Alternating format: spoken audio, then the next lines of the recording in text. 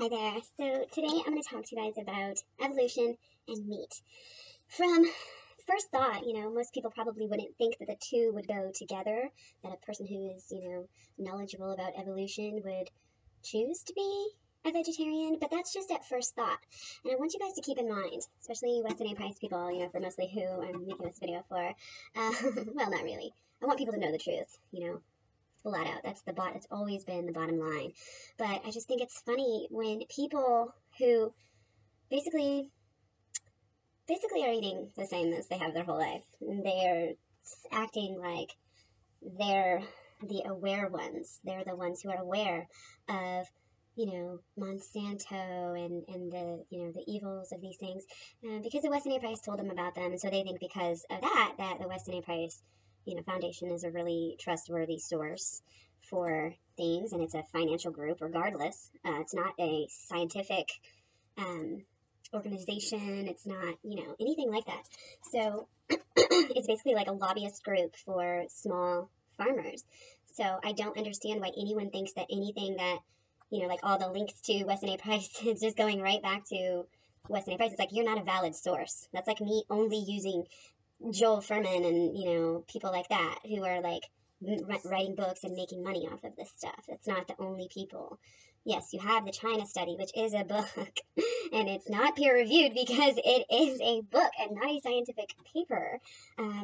But just the things that people come up with to talk about, it's funny because you can link it back to where, like, I know what you're thinking already because I know where you get all of your information from. So, and that's kind of my point with saying, okay, I don't read your book. I've skimmed the whole book. The book is online. I don't need to read the book. When you guys ask me if I have read the book, it's like, well, yeah, I've skimmed it. I mean, and also, I don't need to read it. Have you read the China study? Have you honestly read it? Or are you just linking, links to somebody who's backing you up? You didn't read. The person who just sent me a link to Denise Minger's page, they didn't even read the whole thing. They want me to read it? Are you fucking kidding me? Get a life, people. If you want to have your own channel and talk about this stuff, that's fine. But why are you just trolling other people with really invalid points? But anyway, I'm going back to the meat and evolution aspect on this video because this is something that is so widespread. It's very widespread, and it's so widespread that it's in our psyches as well. And I've heard this from my partner. I've heard this from just, people on the internet, seen it everywhere. And it has to do with the evolution. We either evolved as meat eaters. They're saying we were just natural born meat eaters because people naturally think of cavemen. Okay, so obviously you have people like Lauren Cordain, who is supposedly an anthropologist, but his PhD is actually in sports nutrition. His PhD has nothing to do with anthropology, and his papers that he's published are like on acne and just I haven't seen very much that anything at all actually that makes him credible. At least when you have people like T. Colin Campbell, they're people who have come from a background of meat eaters and changed their mind. It's not like they set out to be meat eaters and, that's what they're promoting, which is obviously, what is going on with Lauren Cordain. He's all about the money. You can just tell. And that's why you really can't take any of his work seriously either, because when you're looking for a certain, result, you're a lot of times going to find that we all know that this is science. This is basic science. And people want to say that Weston A is scientific. It is not. The only scientific papers that I have ever seen that back Weston A and saturated fat theory are funded by the Dairy Council. If anybody can prove me wrong on that, freaking post it. Okay, so again, it's either we evolved from meat eaters, we were evolved to be meat eaters, like we have, evolved to be meat eaters, or the other argument is we wouldn't survive without meat. We wouldn't have survived without meat, and so therefore I don't really get the rationality behind that, but people are saying we should because it saved us or something like that. So a lot of things obviously to address, but it's all kind of about the evolution. So where did we evolve from?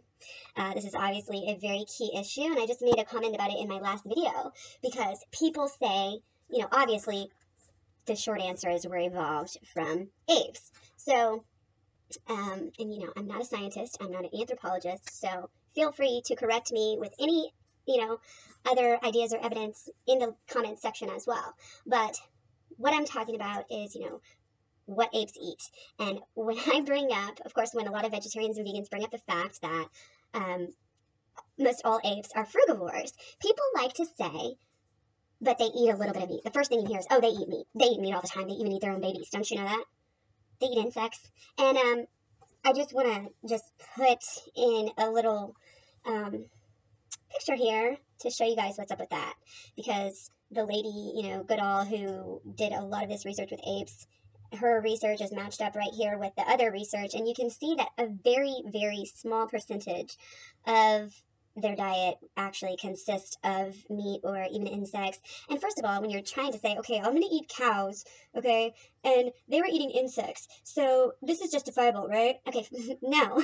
Insects are a completely different consistency. Their protein level is like 90 times higher per portion of food. So, and obviously you're not going to sit down. I mean, you might get lucky and get, a little bunch of them, but it's obviously not going to be like the same amount of protein coming in at once. So it's just ridiculous.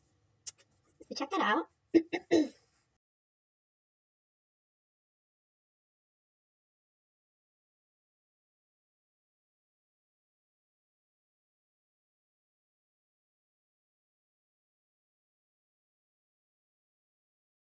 When you're looking at the anatomy, there's so much that is similar between us and the frugivores, obviously, and so much that is not really that similar when you look at herbivores, which is what a lot of vegetarian or a lot of meat eaters, meat eating proponents try to say. Oh, well, we're not like herbivores. Well, we're not. We're frugivores. That's why. And why is it that nobody ever hears of that term?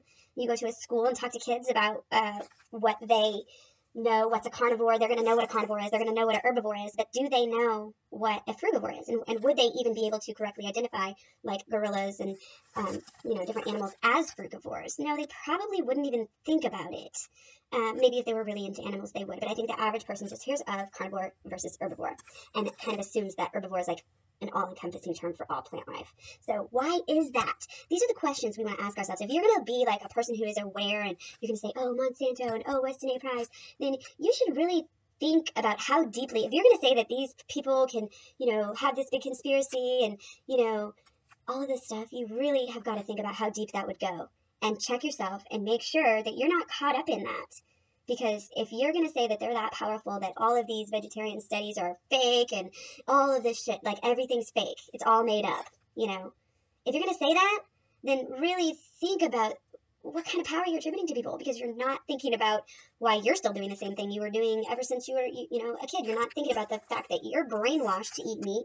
And honestly, you are also addicted to the meat. So you have no desire to change your behavior. Think about an addict and think about the way that you react to people like me that say that you shouldn't eat meat, that we shouldn't eat meat. I'm not saying you shouldn't eat meat. Obviously, you're your own person. You can do what you want. I'm just saying that people in general are not made to eat high quantities of meat. And there's a difference between surviving off of it and being made to eat it. So when people just gloss it over, it's one of those things, it's like a lie that they tell you to repeat enough times. Well, what are you really saying when you're saying that evolution, we evolved as meat eaters, or that we evolved to be meat eaters, or that we never would have evolved at all had it not been for meat? Or there's lots of other variations of the argument talking about people just think that, our brains got bigger because we were able to, have more meat in our stomachs, and that's how we survived. That's how we spread, migrated, and that's how we evolved to have a higher brain set, a bigger brain. People think it's all the fats and it's all the food, and that's an interesting idea.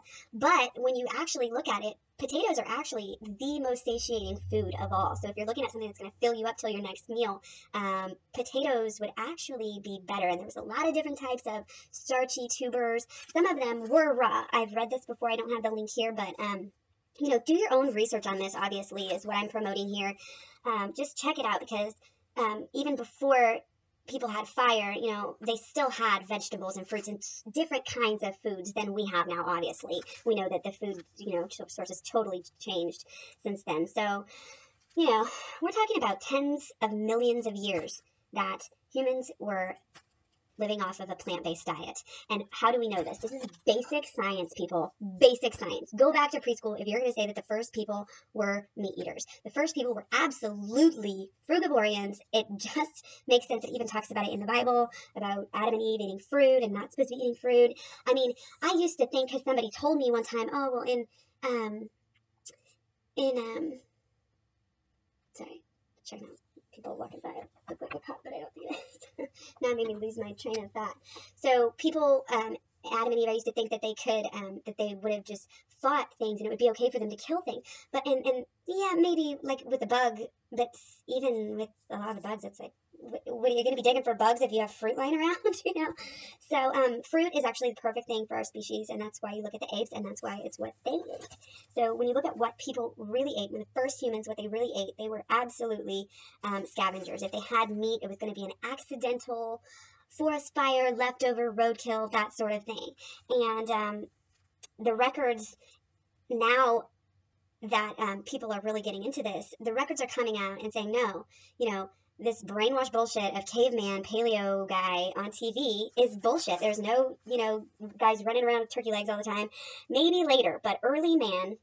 And we're going to look at, I've looked into in depth, and I've got the links here, talking about totally scientific, anthropological, has nothing to do with veganism, sites that are saying that people were eating fruit. Okay, people automatically said, oh, look, here's a tool. It must be for hunting and eating meat because that's what we're eating right now. Bullshit, okay? Not necessarily. People are saying, oh, look, there's a fragment of a bone, of a burnt bone. That means we must have been eating meat. No. Burnt bones happened all the time. In fact, people who are saying that we've been eating meat for 2 million years are totally full of shit. And if you look it up, really there's no evidence. And I will, again, talk about that in a little bit. So we're talking about what, you know, what did we evolve from? So obviously we evolved from apes, and the apes kept evolving, and we still ate, even as young humans. You know, obviously you look at our bodies. Again, can we tear flesh? Can you tear flesh with these fingernails? No. Can I even wound anybody seriously with this? I mean, do we have the capabilities to hunt on a daily basis and get that kind of quantity of food? Do you really think that was possible? Scientists these days are saying no, it wasn't possible. Caveman is a myth. So look it up. You'll find the stuff. There's a very popular HuffPost article about this. Kathy Preston talking about it. There's a really good website called freefromharm.org. It's called 7 Reasons Why We're Not Evolved to Eat Meat. Makes a lot of sense. You know, people talk about scientists and, you know, smart people eat meat. You go to, you know, all this stuff. But actually, if you look at Albert Einstein, you know, he was an evolutionary theorist, and he actually was vegetarian. And not only that, but said the only way that we will survive as a species is to stop eating meat. So I'm sorry about this, but that's for the people who want to argue with me for not doing their research. And I'm glad that you're making a comment. I'm glad that you're watching the videos, even if you disagree with me. But I want to really challenge you to look inside yourself. I really do. Because I do love everybody. Like, I love everybody in the entire world. I know that I think everybody's good on the inside. And good always wins over evil. So I know that everybody will eventually be vegan, because I know that this is the way that we are supposed to be. And like I said, look at our fingernails. You can't get that. I mean, our whole anatomy, we're capable of digesting meat, but that doesn't necessarily mean that we should. We're capable of digesting a lot of different things. And, you know, like I said, cats eat plants. You know, we fill a lot of the dog food with plants. Does that mean they're not a carnivore? My dog was eating grass the other day. Does that mean he's not a carnivore? No, he's still a carnivore. Apes are still carnivores just because they eat a tiny little bit of meat. Frugivores, obviously, is what I'm trying to say here. They're still frugivores just because they eat 5%, you know, and a lot of people are saying, there's a link that I will list. One of these links talks about how, actually, if you look at what they were doing, what the apes are doing when they're eating these insects and trying to catch little small prey, it's more of a social play type of behavior. So again, that comes from a scientist who, you know, yeah, she actually is, Jane Goodall is vegetarian, but she's obviously much more well-known for her work with the apes. So it's crazy. And then also another thing you want to consider is when you're looking back at these first humans, these lifestyles, I talked about this before, obviously it's different, trying to survive, you know, we spend thousands of calories a day. These people were probably only living to 25 or 30 years old. And so it's not necessarily a diet that you want to emulate, because it's not a diet that's necessarily made to let you be longevity. It's not longevity diet. It's a power diet, maybe, like, if that's what people think they want. But it's not necessarily that. It's really just a stay alive diet, because if they're, eating extra meat because they can, it's obviously just to get more calories, because that's what we always are trying to do. And that's why people think that meat is so good and our bodies want it so much, is because that feeling, when you get a lot of dense calories at once. It's like, yes, I'm going to survive for a while longer, but we don't live like that, so we can't eat like that and expect to be healthy. So it's just so wrong that we think that, and that we associate paleo with meat in general. So we don't salivate, when we see roadkill, or, even a pig. I mean, some people might have it associated so well when they see a pig, they think bacon. But for most of us, normal people, we don't see, and even a cat or like a squirrel, and just say, oh, I don't get it, we don't have that instinct, and it didn't just go away. It didn't just go away. Our claws didn't just go away. Our canines might have, our teeth have changed. That is true. But we weren't that fierce to where we were able to catch. We would have had to have tools. The earliest humans didn't have tools. It's very obvious that we didn't have tools until a certain period in time. That's what, that's what differentiates certain groups, of time, because we had tools and we didn't have tools. And if you go take a basic, prehistory class, you will learn about these things. So look that up so you can get educated and know what you're talking about if you're going to talk about evolution and vegetarianism. You can't kill something with their bare hands at all. And if you do, you'll go to jail. Like, people would think you were crazy. So why is it okay for you to pay somebody else to do it behind closed doors? Our facial muscles, our jaws, our stomach, our saliva all most closely matches frugivores. You can't deny this. And it's funny because some frugivores have sharper teeth, but, a lot of them are also made to get into fruits and stuff, which if you look at a lot of the really early history too, you can find them talking about different teeth marks. And I'll talk more about this in a minute when I find the specific notes that I have about that. But another website you can check out is michaelbluejay.com. And this, he brings up some really great points about, well, let's go back just a minute, because I think this point is from his site too. Our reflexes, we're just not fit enough. We're not fit enough to chase prey. And we're not fast enough. We never have been that fast, to catch like a squirrel or a rabbit or even a deer. And with our bare hands, I mean, come on, that's a stretch. If God, or if we had evolved from animals that were eating meat, we would have capabilities that would have allowed us to eat meat. I can't believe that I have to say this out loud to supposedly intelligent people, but obviously, we, even with tools, it's hard. Even with 20th century tools, it's difficult to go out and go hunting. Some people are skilled at it. Some people are not. Some people go to certain places where they know they're going to get some deer or something, and we use really high-tech tools these days. I mean, you got whole superstores, just devoted to all the gear. Are you telling me without all of that gear, you could have gone out being, having a smaller brain, and not being able to cut your nails, and just being, having all these other things to worry about too, like shelter is obviously your first survival thing that you need to look for. So search shelter, water, that comes even before the food. So I don't know what you guys think these superhero like cavemen were all about, but really I think you're attributing a little bit too much. It's hard with a bow, okay? It takes millions, of years before we get the, the know-how to hunt with tools successfully. And wow.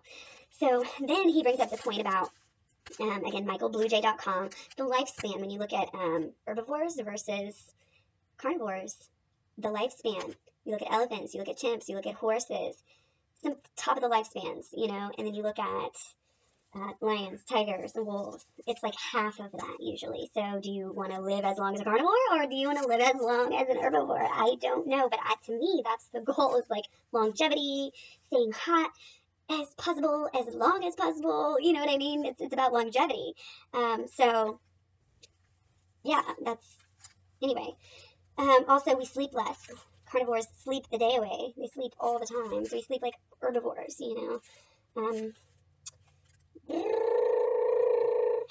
It's just funny to me that people can ignore all of these new studies, all of this new research, and just stick to this Weston A Price nonsense and say that everything else is a conspiracy when they're not even checking themselves to make sure they don't have a conspiracy.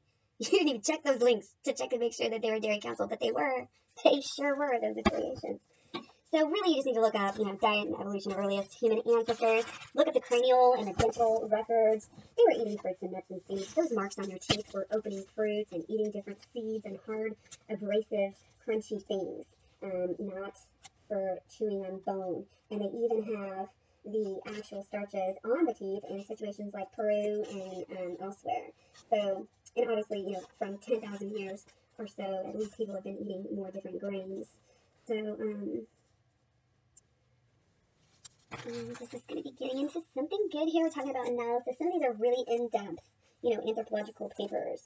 And, this one was Lauren Cardane. Okay, so we have Lauren Cardane, and he says that, and, I have seen the short circuit of this. I haven't seen the whole study. So he says that, most of our ancestors ate over about 60 or 65% animal products. And then he says that only about 14% ate more than that amount in plant foods. So that's why he bases his, and it's funny because where's all your research? Like, you just want to say this stuff and read it, but you got to check out the author affiliations. I mean, even if you believe his studies and you look at them and you say, oh, this is, amazing work, like, you would still want to think about the fact that he's the author of, paleo books, paleo magazine, paleo websites, paleo subscriptions, it's kind of insane. So just think about that, just think, because it's the same thing with Weston A times. It's the same thing. Why are they okay with, why is one okay with milk and why is one okay with grains and beans? Why is that? Because it's just two factions of the same bullshit, really, and it's all from the brainwash side. I'm telling you. You guys want to say I'm brainwashed? How am I brainwashed? How am I just sucked into the vegetarian? I mean, I got everything, every answer that you say, and the big thing now is find me a third-generation vegan. I don't need to find you a third-generation vegan because I can find you more people that are thriving off of my diet than you can find that are thriving off of your diet. And all, as far as I'm concerned, is if I'm thriving on this diet, then my kids will thrive on this diet, and my kids have thrived on this diet. They've actually grown faster than at any other time than in their lives, and we've been measuring that. Well, maybe, when they're babies, they grow at a faster rate, but since they've been older, I've never seen them go this fast through shoes, on the wall, the gist of it. So, and also, they're out there. I posted a link. I'll post it again. There's a couple different families on YouTube here that you can find. I'm sure there's many more than that out there that aren't making YouTube videos. And, we'll give you, we'll get a rain check on that one. We'll have to have a little more time to go by because, just because people haven't had whole societies that have gone vegan doesn't mean that, very intelligent people from history haven't gone vegan, like Albert Einstein and Pythagoras and I believe Hippocrates and, lots of other people. Can't talk about the all-cause mortality and all that stuff right now because it's just really off topic. But I do want you guys to check out John D. Speth, S-P-E-T-H. And I was looking at Science Direct Journal of Human Evolution. So again, this is not a vegetarian guy. This is not a vegan guy. This guy, it's a journal. Volume 18, issue 4, June 1989, pages 329 through 343. And he's talking about the role of meat, people, and the role that meat played in history. It's definitely shifted. People used to think that we were hunters more, and now they're realizing that we were actually just opportunistic scavengers. And so eating meat that you may have seen the earliest people, when they first started eating meat, whoever it was, they were scavenging it from, again, like a forest fire that was already, done, or even just rotting things. They may have, tried to get some marrow out. But I've read some things about that too that say that wasn't really probably very likely either. So they were scavengers, and he says, this John D. Speth guy says that meat may have been relatively or marginally limited due to physiological limits to protein intake, scarcity of fat in most African ungulates, comparative levels of protein in plants, and meaning they had a lot of plants available that actually had a lot of protein, and they had an inability, it says inability of early hominids to extract lipids from cancellous tissue in bone. So it's not like they could make a broth necessarily, these first people, because they didn't necessarily even have control of fire. If they had control of fire maybe at one point, it didn't mean they had it their whole lives or all the time. It's just one of those things that people like to gloss over history and act like they know what they're talking about, but actually when you actually want to really get into it with me and talk to me about it and argue and debate, you can see and, go look it up. Like I said, these are not vegan, Weston A price type of sites from a paid for, link, paid for organization. This is just an archaeological journal. So, and I called it, if you look back at my Weston A price videos from, the beginning of the year, this is exactly what I'm saying. He says, limits to protein intake due to scarcity of fat in the animals. Their animals were not even that fat. It'd be like rabbit starvation. Like, there's not enough fat in these animals to have even been a very good source. It's not like you're going and eating a big juicy beef steak or something. They'd have to work so hard for just, who knows.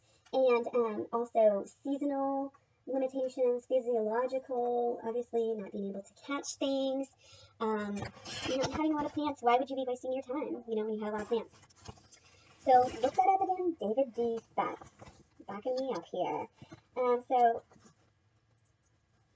fire, people talk about when our brains got bigger, it was because we were eating meat. It was about that time, so it had to be because of meat, right? Yeah. No, not automatically. If you're talking about science with me, you should really know by now that causation doesn't equal correlation. Everybody uses it. I use it too. It's good if you are kind of general with it and, don't look into every little thing, and it can help you get an idea about things. But you can also get off track by applying your biases to your findings. So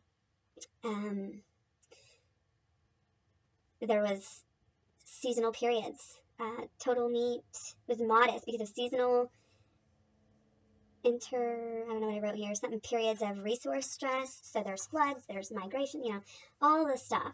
So when you get fire, there's so many other things that happen. You have protection from insects. You have protection from animals. You can stay up and talk to your family and friends and, make love and, different things. You can draw, you can color, you can have something to do after, it gets dark. So that alone is going to have huge implications for our brain growth. And so I just really think that it's really limited thinking of people to automatically assume that when we got fire it was due to cooking meat, because who's to say the extra plant foods that we were eating didn't help our brains just as much, or if not more, than the meat. So any kind of thinking, again, you really just have to be honest and check yourself.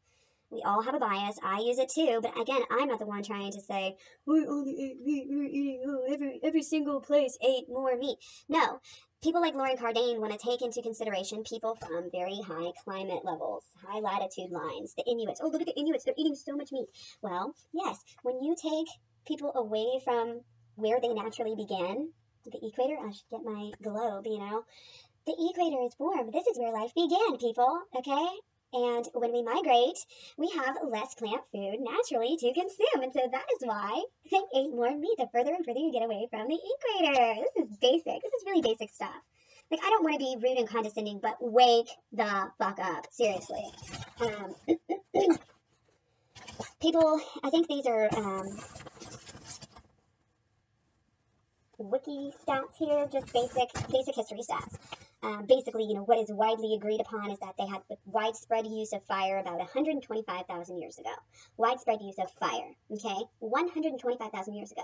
So really, in an evolutionary scheme, this ain't shit. Okay, you want to say, oh, 10,000 years for brains. Well, guess what? In an evolutionary scheme, 125,000 years ain't shit either, so suck it. Seriously. Get some ground to stand on if you're going to argue with me. That's all I ask. Seriously. So some people, there's some wide support, it says, for widespread use of fire about 400,000 years ago, okay? Some people are saying, the people that are saying 2 million years ago and, 1.7 million years ago we were using fire, this is a propaganda bullshit thing, because there's really not a lot of evidence. And keep in mind, the people that are saying that we were using fire are usually, at that point, widespread use of fire at 2 million years ago. 1 million years ago? No.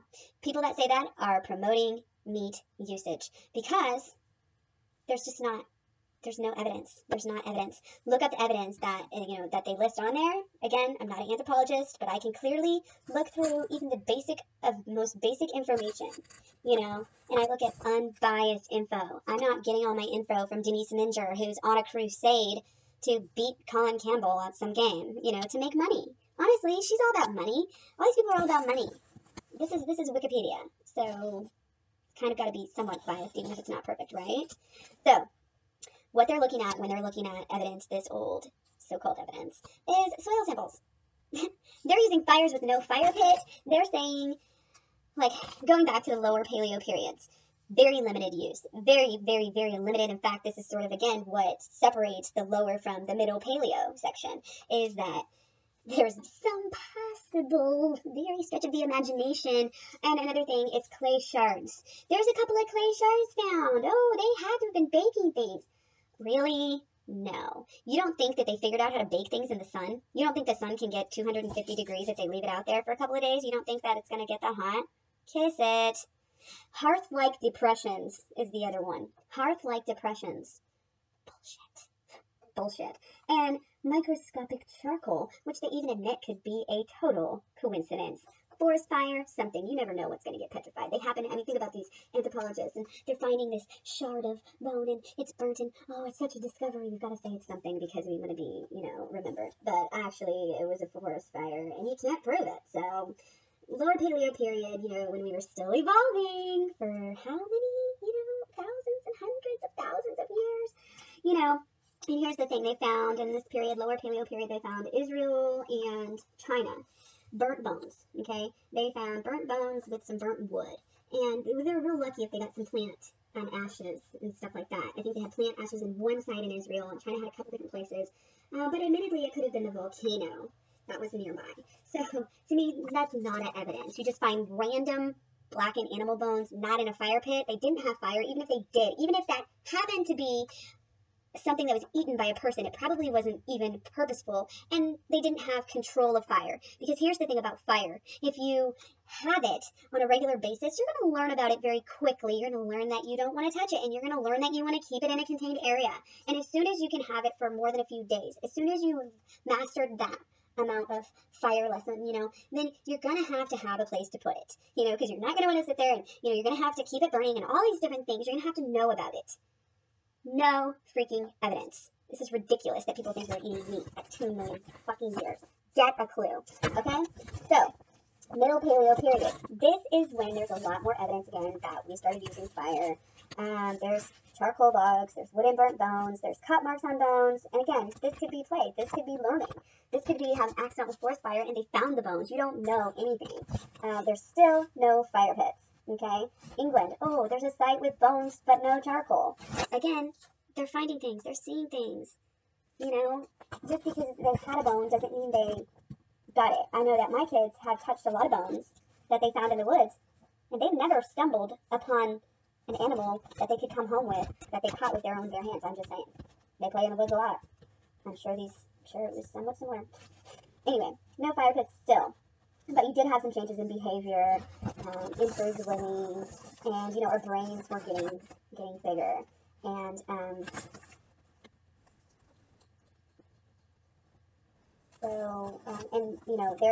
look up Richard Wrangham if you're going to be interested in the meat and the brain theory, because he talks about how grains and being able to eat grains and other more, probably not grains, but just starchy vegetables better, different tubers and roots, that actually improved because it made our absorption of different foods better and made it more digestible, obviously, for us to eat, so we were getting a lot more nutrients from that as well. So there's absolutely, again, zero evidence that it was just meat that made our brains go bigger because we were using fire to eat different tubers and just make all plants that we were eating more digestible as well, or some of the plants. So, yeah. So 2,500,000 BP. That's when fires began. Earnestly, you had hearth ovens, you had flint being found around the fires in the same area, so that's when you know, and you're finding the burnt animal bones at that time. So, just what it's about. So before we were hunters, or even before we were scavenging meat, we were foraging. We were nomadic foragers, and agriculture came about 10 to 12,000 years ago, where all people were foragers, hunters, maybe, you know, if they could, if they wanted to waste their energy on that. And so about 10,000 years ago, you have the first domestication of sheep, and then cattle, like in Mesopotamia, and then you have pigs in Europe and things like that. So, and really, you know, you're looking at 2500, 3500 BC for most of those changes to be taking place, for them to start having the domestication. So really, you can't say that evolutionally, that's a word, that we were evolved to eat meat on a huge scale, because, again, I think it's pretty much basic common sense, like I've described here, you know, from frugivores to, you know, accidental scavengers to hunters. It's an obvious shift towards, you know, meat eating at the end. So, you know, then there's the people who say, well, we wouldn't have evolved without it. Yes, we would have. There's tons of food still available. We might have stayed more put. We may have stayed closer to the equator. We may have not have evolved so much differently, but there might have been different. Of course, it would be different. But when you look back, you talk about, societies that fell. You look at Greco-Roman, they were meat eaters, you know, and all these societies obviously didn't last. So, kind of jumping around here, I got to talk about this article from McDougall.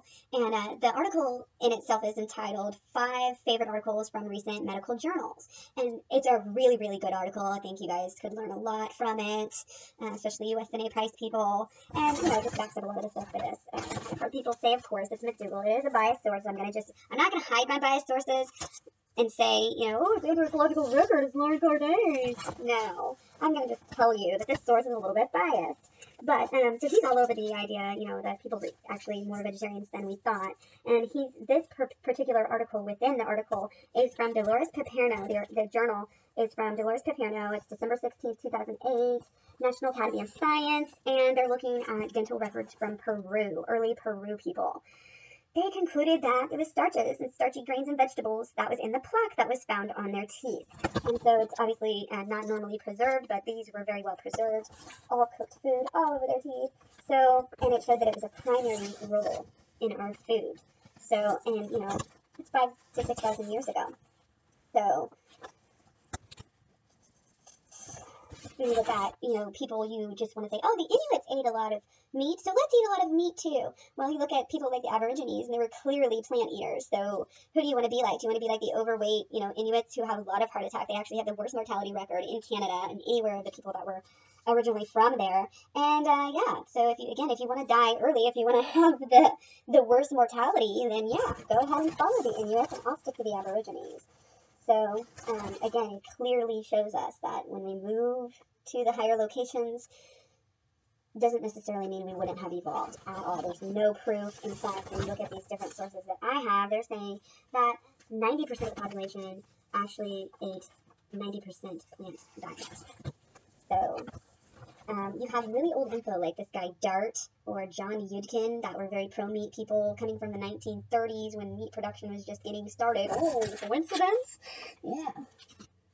Heck you, so they were looking at the marks in the teeth and saying, oh, automatically these must be, you know, meat. They must be gnawing on bones. And that's where you get that. This is really old science, this idea. You know, if you want to be smart and you want to be really a critical thinker, you got to look at the new info. And you look at Jolly. Look up Jolly. He's got new research.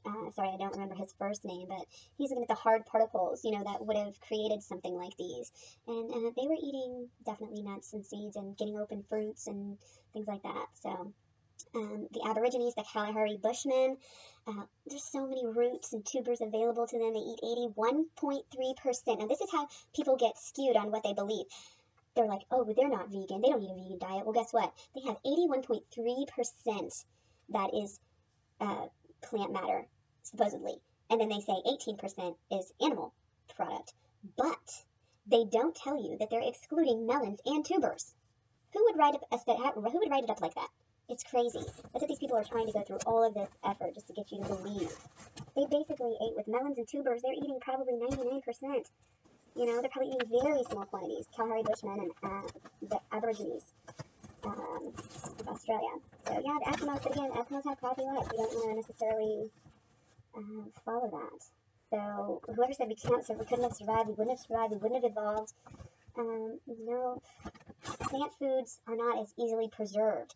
And so when you're finding these campsites and they all have bones, I tell you, those plant foods wouldn't have lasted 50 years in most campsites to get preserved. It's going to be very rare that plant life was going to be able to get preserved like bone would be able to. It's just less common. So there's less evidence of us eating plants, but that the new evidence is showing that yes, we were.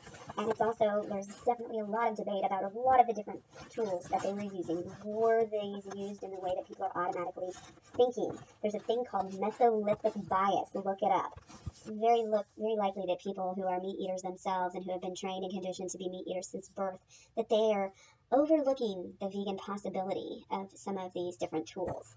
So they're saying even an arrow could have been vegetable grading boards. You really don't know. And when you look at the Aztecs, you look at the Incas, what are they eating? They're eating squash, they're eating maize, they're eating corn, they're eating grains.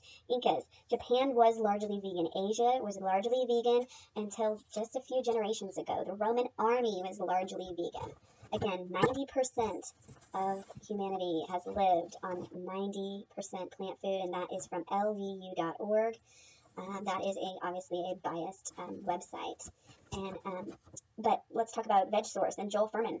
The Inuits have the worst statistics in the U.S. More deaths, more cancer. The Maasai, they're a well-known tribe in Africa that eat a lot of hunted meats, and they only live to be about 45 or 42. They rarely live past 60.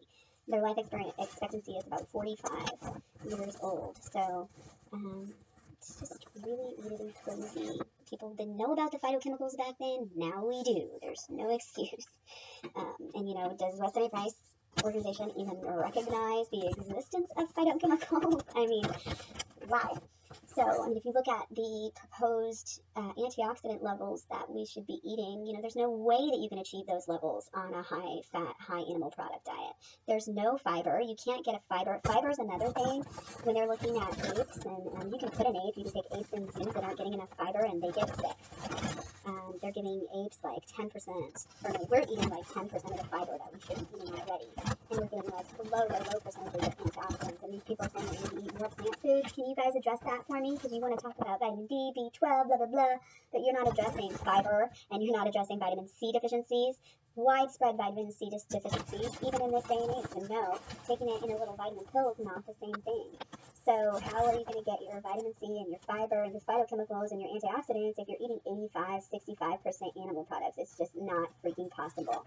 So check that and like let me know. You guys got your logs that are doing so well for you. You know, you guys want to talk shit on vegans all the time. Well, what's working for you? Like, my diet's working so well, but you don't want to document it and you don't even want to show your picture. Come on, guys, at least show a picture if you're going to sit there and try to argue with me about veganism. Because I'm showing you not only my pictures on a daily basis, I'll show you pictures and videos after I eat different meals, and I'm really, really open and honest here. So again, if you're going to even try to sit here and make an argument and influence people, you might want to have something, at least a profile picture to back you up, which most of the people who try to talk to me about this don't. So it's really like you're embarrassing yourselves. That's why I have a channel and you don't, with 16,000 views. So again, you look at the Toronto Vegetarian Association, and they talk about Dr. Milton, who's also did some work with chimps. And this is where you find the information about the fiber and the apes in the zoos.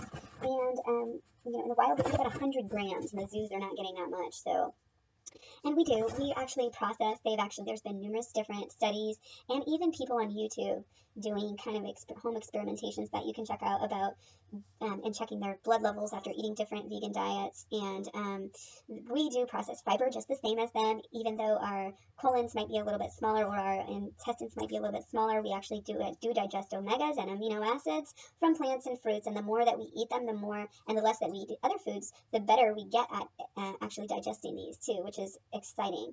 So he's saying that, you know, these apes and chimps and stuff are eating about 94% plants and fruits, and the rest is insects and just other various foods. And again, they're saying it's psychological social behavior is what that little 5 or 6% is. So that wouldn't really make me think that we need that sort of, you know, they would need that in their diet because it's such a small percentage. So let's see. Talk about the Weston A. Price book, the just idea. Anecdotal evidence. You people need to realize what anecdotal evidence is, okay? It's not scientific. There's no credibility to his works. If you're going to say that the China study is not peer-reviewed, well, guess what? Neither is the Weston A. Price book. Neither is the book that you guys are trying to get me to read. Told you I've skimmed it. I don't need to. It has no scientific or medical credibility. None. Even less than his dental work, because he was a dentist and not a nutritionist. It's anecdotal evidence. It means basically nothing. It's like causation and correlation. He didn't look at a lot of different things, and he claims to have looked at the mortality, but again, why has later studies been done on Inuits and their mortality absolutely sucks? So, I guess it must just be a conspiracy, and there's, like, you have no proof that your conspiracy is, better than my conspiracy, so I'll just keep on finding proof and thinking about logics. No claws. Don't like raw meat. No teeth. Not fast enough. Didn't have tools. How could I get into it? How could I get through the hide? What the hell? You think my teeth are going to go through the hide? I can't. Like animals that eat meat, they swallow a lot of it whole at once because they have to eat it fast and, like, run away again or something, definitely couldn't do that. Again, no fire. I really don't see how Caveman Claire could have eaten any meat whatsoever. I think I definitely would have been finding all the fruit because it would be a lot easier. And my pH and my bacteria. I don't want worms and parasites. Yeah. So, anyways, if you guys have any comments, of course, I want to hear them. Let me know what you have to say. I realize this was a long-ass video, but I had a lot to say, and hopefully somebody gets something good out of this because, I think it's really fun. It's kind of, a passion of mine to help people, and a lot of people think I'm attacking them or, I'm just trying to be argumentative and stuff, and I really do see this as helping people because I see so many people around me that are fat and obese, and they don't want to be. Nobody wants to be fat. I keep saying this. Nobody wants to be fat. Nobody wants to be shamed for being fat, but nobody wants to be fat. And so, instead of being so sensitive, maybe people should try to do something about it and try something new. Stop trying the same shit that keeps on getting you fatter and fatter and messing up your metabolism every time you try it. Look at when evolution began. Look at what people are supposed to be eating. Look at their diets. What was their diet? Go research these apes and see who we evolved from. And even the first man who had no tools and no fire, what were they eating? Compare the anatomy of a frugivore to an herbivore, then to an omnivore and a carnivore, and you will see the difference. Think about migration. Think about evolution, Think about think about our origins and where life began. It began in the heated, well, back then it was probably a lot more tropical. It wasn't like desert Africa, it was like probably a lot more tropical. And so, yeah, plenty fruits. I mean, think about tropical. What do you think? You think of piles of mangoes and piles of coconuts and piles of bananas and just amazing life. That was the Garden of Eden. That was the first people, the first humans. That's evolution. When we evolved from apes, that's what we were. Listen to Albert Einstein. Don't listen to people like Cordain who are trying to sell things and get you to sign up on their websites, like Weston A. Price people do too. Listen to people like Freely and Durian who are giving away their services for free, not even asking for anything except for an optional book, a couple of measly optional little books for all of their efforts. So people who want to say, oh, well, there's no civilization who's ever had a totally vegan society and survived. Guess what? There's probably never been a civilization without people who turn down animal foods and products. There's never been a civilization without rape and murder and basic denying of human civil rights, but that doesn't necessarily mean that it makes it okay. Are you going to use the same, violent mindset to perpetuate rape and murder that you are with this? No, eventually, the same way we eventually recognize civil rights for people, we are certainly going to get to the point in society where we recognize rights for animals as well. And it's just going to be like eventual, and of course, it's the people who speak out first who are ridiculed, the people that speak out first who are, vilified and made fun of, and we all know the saying, we know how it goes. After a while, everything changes and people wake up. People now are waking up, about gays, and we, just how many years ago we were waking up about blacks and about slavery, even, less than a couple hundred years ago. I mean, these are basic human rights, and animals deserve to have their rights too. They don't deserve to be eaten. Why would you sit there and say, oh, a cute cat, and then say, oh, I'm going to eat this pig? It doesn't even make any sense whatsoever. Can you explain that logically without admitting that you're brainwashed? No, you can't. I'm sorry, but you can't. I'm not trying to be rude. I'm not trying to pick on people. I'm just trying to wake you guys up because it's better for our planet. It's better for your bodies. I don't like seeing young people my age. I still feel like a kid. I still act like a kid. I can still run. I see people my age who've already let their bodies go so far. And I'm not saying you're greedy or you're ugly or you're fat or you eat too much. I'm saying we should be eating more. We should be eating more healthy foods. Wake up. And the only people who argue with me, the only people who say, oh, I could never do that, I just have to eat meat, the only people who ever act like that are the people who are obese and overweight. So quit, perpetuating violence just because it's something we've always done or because there's no society that doesn't have that. There's been rape and murder, denial of civil rights in every society. So, it's a bunch of health myths. And again, look back in history. The Romans, the pyramids, the Incas, the Japanese, Kalahari Aborigines. You can't say. You can't say we didn't eat plants. You can't say with any certainty of a doubt, of any percentage, that we probably ate just by looking at this random evidence.